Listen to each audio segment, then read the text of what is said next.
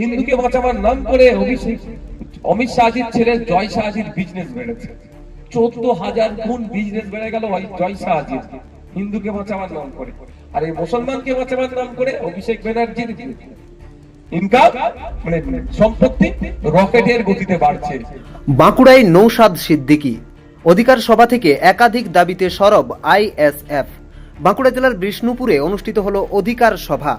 শনিবার দুপুর 3টে নাগাদ 1 নম্বর ক্যাম্প রোজভ্যালি ফুটবল ময়দানে এই সভায় উপস্থিত ছিলেন ভাঙড়ের বিধায়ক তথা আইএসএফ এর চেয়ারম্যান নৌসাদ সিদ্দিকী। সভায় বক্তৃতা রাখতে গিয়ে তিনি বর্তমান রাজনৈতিক ও প্রশাসনিক পরিস্থিতি নিয়ে তীব্র সমালোচনা করেন। এই সভা থেকে একাধিক গুরুত্বপূর্ণ দাবি তুলে ধরেন তিনি, যার মধ্যে উল্লেখযোগ্য ওয়াকফ সংশোধনী আইন 2025 বাতিল করতে হবে, ভোটার তালিকায় SIR এর নামে নাগরিকদের মধ্যে আতঙ্ক সৃষ্টি এবং হয়রানি বন্ধ করতে হবে, ওবিসি সংরক্ষণ পুনর্বহাল এবং ফেক SC ও ST সার্টিফিকেট বাতিলের দাবি এবং 3 রাজ্যের কর্মরত বাঙালি পরিযায়ী শ্রমিকদের সঠিক সুরক্ষা নিশ্চিত করার দাবি।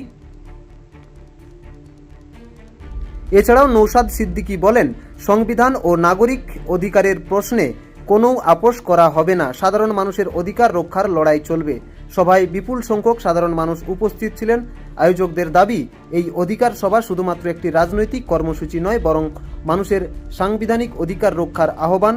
বিধানসভা ভোটের আগে এই সভা রাজনৈতিকভাবে তাৎপর্যপূর্ণ বাঁকুড়ার রাজনীতিতে।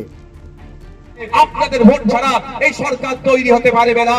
তাই বাঁকুড়ার মানুষকে, বিষ্ণুপুরের মানুষকে বলে দিয়ে যেতে চাই, যদি আগামী দিনে আমাদেরকে সরকার গঠনে সহযোগিতা করেন, আপনাদের মূল্যবান ভোট পেয়ে যদি আমরা সরকার তৈরি করতে পারি, এই বাঁকুড়া বিষ্ণুপুরের মানুষকে কলকাতার পিজি হসপিটালে গিয়ে ট্রিটমেন্ট করতে হবে না, কলকাতার পিজি হসপিটাল উঠে বাঁকুড়া জেলায় এসে বসবে।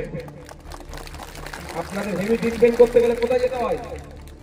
হ্যাঁ, উড়িষ্যা, অনেকে উড়িষ্যা চলে যায় তো নাকি, নাহলে প্রাইভেট হসপিটাল, আর নাহলে কলকাতা। আমি আপনাদের কথা দিয়ে যাচ্ছি, যদি আপনারা দায়িত্ব নিয়ে আমাদের ভোট দিয়ে আমাদেরকে বাংলা পরিচালনার দায়িত্ব দেন, আপনাদের কথা দিয়ে যাচ্ছি, আপনাদেরকে হেভি ট্রিটমেন্টের জন্য আর কলকাতার পিজি হসপিটাল আরজিকর চিত্তরঞ্জনে যেতে লাগবে না। কলকাতার আরজিকর চিত্তরঞ্জন মেডিকেলের মতো স্টার হসপিটাল আপনার জেলায় আমরা তৈরি করে দেব। শুধু আপনাদের নয়, 5 বছর একটা সরকার থাকে, 5 বছর 5টা জেলায় কলকাতার মতো ওই স্টার হসপিটাল আমরা তৈরি করে দেখিয়ে দেব, যদি আপনারা সাথ দেন। আপনারা না সাথ দিলে পারবো না। এবার যদি মমতা ব্যানার্জির মিথ্যাচারের শিকার আপনি হয়ে যান, আপনার পাশে থাকবে মমতা ব্যানার্জি। শুভেন্দু অধিকারীর ডায়লগের শিকার যদি আপনারা হয়ে যান, তাহলে গেল। কেমন ডায়লগ দিচ্ছে, হিন্দু হিন্দু ভাই ভাই, ভালো কথা, আমি এর বিরোধিতা নয়, কিন্তু শুভেন্দু বাবু শুনেছি পেট্রোল পাম্প আছে, পেট্রোল পাম্পের উপরে লিখে দিতে পারে তো হিন্দু হিন্দু ভাই ভাই, মুসলমান খদ্দের জন্য তেল বিক্রি নাই। বলছি, বুঝতে পারছো? ব্যবসার বেলায় সব আমার ভাই, সব সেকুলার।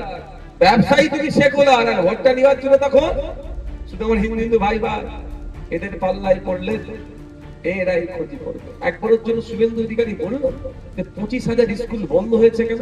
সেই 25,000 স্কুলটা কোথায়? যেখানে দলিতরা বেশি থাকে, যেখানে আদিবাসীরা বেশি থাকে, যেখানে মুসলমানরা বেশি থাকে।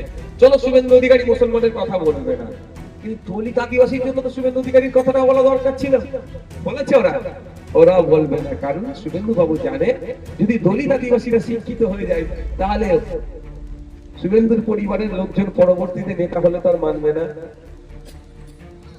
আর মমতা ব্যানার্জি ভালো করে জানে যে স্কুল এখন থেকে বন্ধ করছে, যে নেতার ছেলে আমি নেতা বানাবো। বুঝতে পারছেন কি বলছি? নেতার ছেলে নেতা মানবে, আর আপনারা ভোটার ওর লাঠি আর বাড়ি তৈরি হবে। তাই এখন থেকে শিক্ষা না দিয়ে শেষ করে দাও ধ্বংস কর।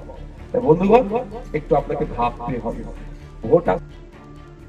বাঁকুড়া থেকে দেবনাথ মোদকের রিপোর্ট, রূপসী বাংলা মিডিয়া।